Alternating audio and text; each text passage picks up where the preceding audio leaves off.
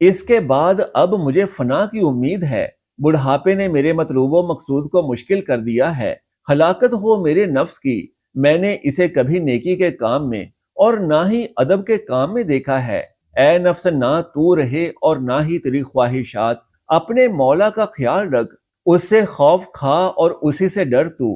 حضرت عمر رضی اللہ تعالیٰ عنہ بھی یہ اشعار پڑھنے لگے اور فرمایا کہ جو شعر پڑھنا چاہے وہ اسی قسم کے اشعار پڑھے۔ پیارے ناظرین، حدیث ابو داؤد میں ہے، حضرت ابو ذر رضی اللہ تعالیٰ عنہ سے روایت ہے کہ میں نے عرض کیا، یا رسول اللہ صلی اللہ علیہ وآلہ وسلم، کوئی شخص کسی قوم سے محبت رکھتا ہے لیکن ان جیسے عمل نہیں کر پاتا، تو نبی اکرم صلی اللہ علیہ وآلہ وسلم نے ارشاد فرمایا کہ اے ابو ذر، تو اس کے ساتھ ہوگا جس سے محبت کرتا ہے۔ حضرت حنظلہ رضی اللہ تعالیٰ عنہ سے روایت ہے کہ حضرت ابو بکر صدیق نے فرمایا کہ اے حنظلہ، تمہارا کیا حال ہے؟ میں نے کہا حنظلہ منافق ہو گیا، تو آپ رضی اللہ تعالیٰ عنہ نے فرمایا سبحان اللہ، کیا کہہ رہے ہو؟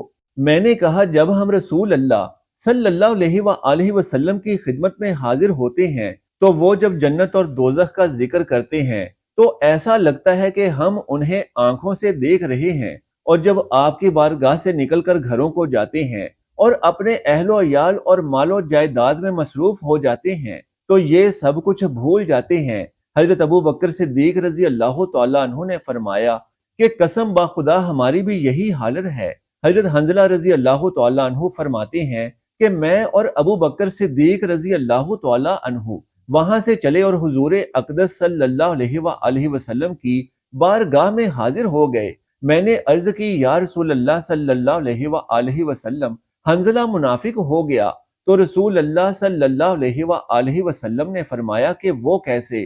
تو میں نے عرض کی کہ یا رسول اللہ صلی اللہ علیہ وآلہ وسلم، جب آپ کی بارگاہ میں حاضر ہوتے ہیں اور آپ ہمیں جنت اور دوزخ کی یاد دلاتے ہیں تو ایسا معلوم ہوتا ہے کہ ہم انہیں آنکھوں سے دیکھ رہے ہیں، اور جب ہم اپنے گھروں کو جاتے ہیں اور اپنے اہل و عیال اور مال و دولت میں مشغول ہو جاتے ہیں تو یہ چیزیں بھول جاتی ہیں۔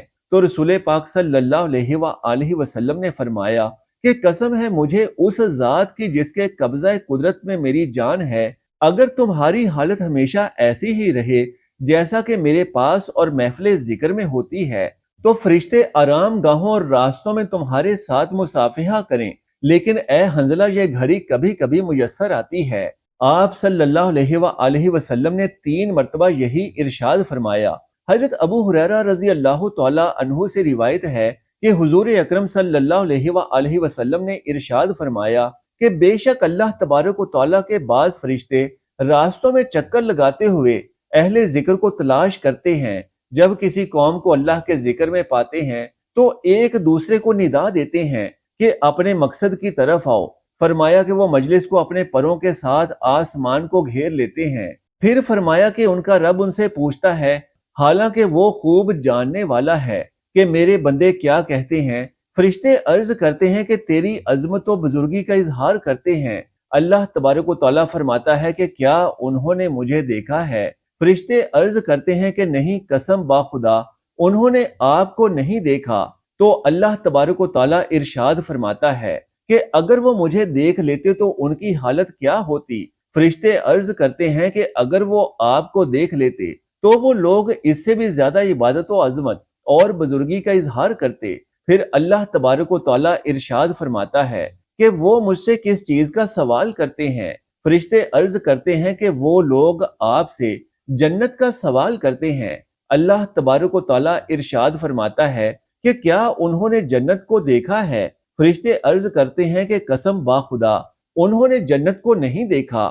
اللہ تبارک و تعالیٰ ارشاد فرماتا ہے کہ اگر وہ لوگ جنت کو دیکھ لیتے تو اس سے بھی زیادہ اس کے طالب اور رغبت رکھنے والے ہوتے۔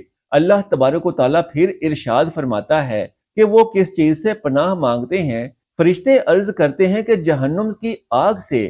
اللہ تبارک و تعالیٰ ارشاد فرماتا ہے کہ کیا انہوں نے جہنم کو دیکھا ہے؟ تو فرشتے عرض کرتے ہیں کہ نہیں، قسم باخدا انہوں نے جہنم کو نہیں دیکھا۔ اللہ تبارک و تعالیٰ ارشاد فرماتا ہے کہ اگر وہ اسے دیکھ لیتے تو ان کی کیا حالت ہوتی؟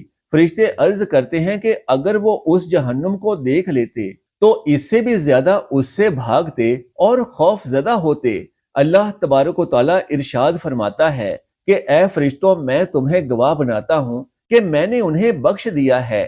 ایک فرشتہ اللہ کی بارگاہ میں عرض کرتا ہے کہ اے پروردگار، فلاں آدمی تو ان میں سے نہیں ہے، وہ تو اپنے کسی اور کام سے آیا تھا۔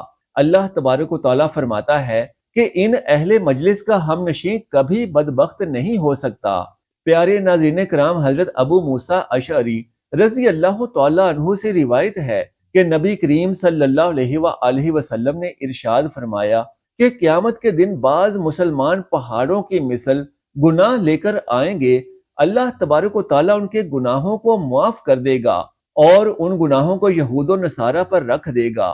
حضرت عبداللہ ابن عمر رضی اللہ تعالی عنہ سے روایت ہے کہ میں نے نبی کریم صلی اللہ علیہ وآلہ وسلم کو یہ فرماتے ہوئے سنا کہ قیامت کے دن اللہ تبارک و تعالی ایک بندے کو اپنی انتہائی زیب کرے گا اور اس کے گناہوں کا اقرار کروائے گا اور اسے کہے گا کہ تم اپنے فلاں فلاں گناہ جانتے ہو، تو وہ بندہ کہے گا ہاں یا رب۔ اللہ تبارک و تعالیٰ فرمائے گا کہ میں نے دنیا میں تیرے گناہوں کی پردہ پوشی کی اور آج تیرے ان گناہوں کو معاف کرتا ہوں۔ پھر اس کو نیکیوں کا اعمال نامہ عطا کیا جائے گا۔ باہوالا بخاری و مسلم حضرت ابو امامہ رضی اللہ تعالیٰ عنہ سے روایت ہے کہ ایک آدمی حضور اقدس صلی اللہ علیہ وآلہ وسلم کی بارگاہ میں حاضر ہوا اور عرض کی کہ مجھے اس شخص کے بارے میں بتائیے جو اجر اور شہرت کے لیے جنگ میں شریک ہوا، اسے کیا ملے گا؟ رسول اللہ صلی اللہ علیہ وآلہ وسلم نے فرمایا اسے کچھ نہیں ملے گا۔ اس شخص نے 3 دفعہ اس بات کا اعادہ کیا تو آپ صلی اللہ علیہ وآلہ وسلم نے فرمایا کہ اسے کچھ نہیں ملے گا۔ پھر فرمایا کہ اللہ تبارک و تعالیٰ اس عمل کو قبول کرتا ہے جو خالص اس کے لیے ہو اور جس سے اس کی رضا مقصود ہو۔ حضرت ابو ہریرہ رضی اللہ تعالیٰ عنہ سے روایت ہے کہ رسول اللہ صلی اللہ علیہ وآلہ وسلم نے فرمایا کہ اللہ تبارک و تعالیٰ تمہارے جسم اور صورتوں کی طرف نہیں دیکھتا بلکہ تمہارے دلوں کی طرف دیکھتا ہے۔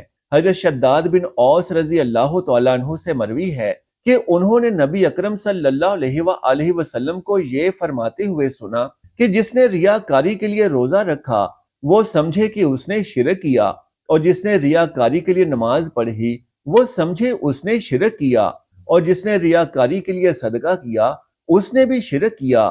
حضرت محمود بن لبید رضی اللہ تعالیٰ عنہ سے روایت ہے کہ نبی کریم صلی اللہ علیہ وآلہ وسلم ایک دن اپنے حجرہ انور سے باہر تشریف لائے اور فرمایا کہ اے لوگو، سائر کے شرک سے بچو۔ صحابہ کرام رضی اللہ تعالیٰ عنہ نے عرض کی سرائر کا شرک کیا ہے؟ آپ صلی اللہ علیہ وآلہ وسلم نے فرمایا کہ آدمی نماز کے لیے کھڑا ہوتا ہے اور نماز کو خوبصورت انداز میں ادا کرنے کی کوشش کرتا ہے تاکہ وہ لوگوں کو دکھائے، اور یہی سرائر کا شرک ہے۔ حضرت محمود بن لبید رضی اللہ تعالی عنہ سے مروی ہے کہ رسول اللہ صلی اللہ علیہ وآلہ وسلم نے ارشاد فرمایا کہ تمہارے متعلق جس چیز کا مجھے سب سے زیادہ خوف ہے وہ شرک اصغر ہے۔ صحابہ کرام رضی اللہ تعالی عنہ نے عرض کیا کہ یا رسول اللہ صلی اللہ علیہ وآلہ وسلم، یہ شرک اصغر کیا ہے؟ آپ صلی اللہ علیہ وآلہ وسلم نے ارشاد فرمایا کہ اس سے مراد ریاکاری ہے۔ قیامت کے دن جب اللہ تبارک و تعالی لوگوں کو ان کے اعمال کی سزا دے گا تو ریاکاروں کو حکم دے گا کہ ان لوگوں کی طرف جاؤ جن کے لیے تم دنیا میں ریاکاری کرتے تھے، اور دیکھو کیا تمہیں ان کے پاس سے جزا ملتی ہے۔ بروایت مسند امام احمد حضرت ابو سعید رضی اللہ تعالیٰ عنہ سے روایت ہے کہ میں نے نبی اکرم صلی اللہ علیہ وآلہ وسلم کو یہ ارشاد فرماتے ہوئے سنا کہ قیامت کے دن جب اللہ تبارک و تعالیٰ اولین و آخرین کو جمع فرمائے گا تو ایک ندا دینے والا ندا دے گا، جس نے اپنے عمل میں کسی کو شریک ٹھہرایا وہ اسی سے ثواب طلب کرے، بے شک اللہ تبارک و تعالیٰ ان شرکاء سے مستغنا ہے۔ باہوالا ترمذی۔ پیارے ناظرین کرام، حضرت نافع رضی اللہ تعالیٰ عنہ سے مروی ہے میں نے حضرت عبداللہ رضی اللہ تعالیٰ عنہ کو یہ فرماتے ہوئے سنا کہ نبی کریم صلی اللہ علیہ وآلہ وسلم نے 3 کپڑے نہ اپنے گھر میں استعمال کیے اور نہ گھر کے باہر استعمال کیے، اور یہی حال حضرت ابو بکر صدیق رضی اللہ تعالیٰ عنہ کا تھا، اور جب وہ احرام باندھتے تو ان کے پاس ایک تہبند اور ایک چادر ہوتی، اور شاید ان کی قیمت تمہاری ایک قمیض کے برابر ہو۔ میں نے نبی کریم صلی اللہ علیہ وآلہ وسلم کو دیکھا کہ آپ نے اپنے دستے مبارک سے اپنے کپڑوں کو پیوند لگائے، اور میں نے حضرت ابو بکر صدیق رضی اللہ تعالی عنہ کو دیکھا کہ انہوں نے بھی اپنی ابا کو کانٹوں سے سیا ہوا تھا۔ میں نے حضرت عمر فاروق رضی اللہ تعالی عنہ کو دیکھا ہے کہ وہ اپنی جبہ کو کپڑے کا پیوند لگاتے تھے، حالانکہ وہ اس وقت امیر المومنین تھے۔ لیکن آج کل یہ دور ہے کہ بہت سے اشخاص کو جانتا ہوں کہ وہ 100 درہم انعام میں دے دیتے ہیں، اور اگر میں 1000 کہوں تو یہ بھی مبالغہ نہ ہوگا۔ پیارے ناظرین کرام، حضرت علی رضی اللہ تعالی عنہ نے نبی کریم صلی اللہ علیہ وآلہ وسلم سے عرض کی کہ یا رسول اللہ صلی اللہ علیہ وآلہ وسلم، مجھے کوئی ایسا طریقہ بتائیں جو اللہ تبارک و تعالیٰ کے قریب ترین اور اس کے بندوں پر آسان ترین اور اللہ تبارک و تعالیٰ کے نزدیک افضل ترین ہو۔ تو نبی کریم صلی اللہ علیہ وآلہ وسلم نے ارشاد فرمایا کہ اے علی، اللہ کے ذکر پر مواظبت اختیار کرو۔ حضرت علی رضی اللہ تعالیٰ عنہ نے عرض کی کہ تمام لوگ ذکر کرتے ہیں، مجھے کوئی خاص ذکر بتائیں۔ رسول اکرم صلی اللہ علیہ وآلہ وسلم نے ارشاد فرمایا کہ سب سے افضل کلمہ جو میں نے اور سابقہ انبیاء کرام علیہ السلام نے کہا وہ لا الہ الا اللہ ہے۔ اگر زمین و آسمان ایک پلڑے میں ہوں اور لا الہ الا اللہ ایک پلڑے میں ہو تو یہ پلڑا دوسرے پر بھاری ہوگا۔ زمین پر جب تک لا الہ الا اللہ پڑھنے والا ہے قیامت نہیں آئے گی۔ پھر حضرت علی رضی اللہ تعالیٰ عنہ نے عرض کی کہ میں کیسے یہ ذکر کروں؟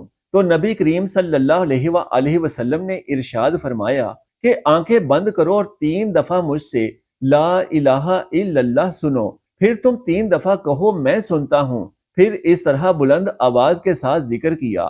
تو حضرت علی رضی اللہ تعالیٰ عنہ نے عرض کیا کہ اللہ کے پیارے نبی صلی اللہ علیہ وآلہ وسلم، میرا دل چاہتا ہے کہ زندگی تک آنکھیں نہ کھولوں اور یہی کلمہ پڑھتا رہوں۔ بہوالا حدیث بخاری۔ پیارے ناظرین کرام، یہ کلمہ لا الہ الا اللہ بہت ہی بابرکت اور فضیلت والا ہے۔ اللہ تبارک و تعالیٰ سے دعا ہے کہ ہمیں اس کلمہ لا الہ الا اللہ پر قائم و دائم رہنے کی طاقت و توفیق مرحمت فرمائے، اور ہمیں ہمارے پیارے نبی صلی اللہ علیہ وآلہ وسلم کے بتائے ہوئے طریقہ طور پر چلنے کی توفیق عطا فرمائے۔ آمین یا رب العالمین۔ آخر میں درخواست ہے کہ اگر آپ کو ہماری آج کی یہ اسلامی و اصلاحی ویڈیو پسند آئی ہو تو اسے لائک اور شیئر کر دیجئے، اور ہمارے اسلامی چینل کو سبسکرائب کر لیجئے۔ جزاک اللہ خیرن کثیرا۔ اللہ ہم سب کا حامی و ناصر ہو۔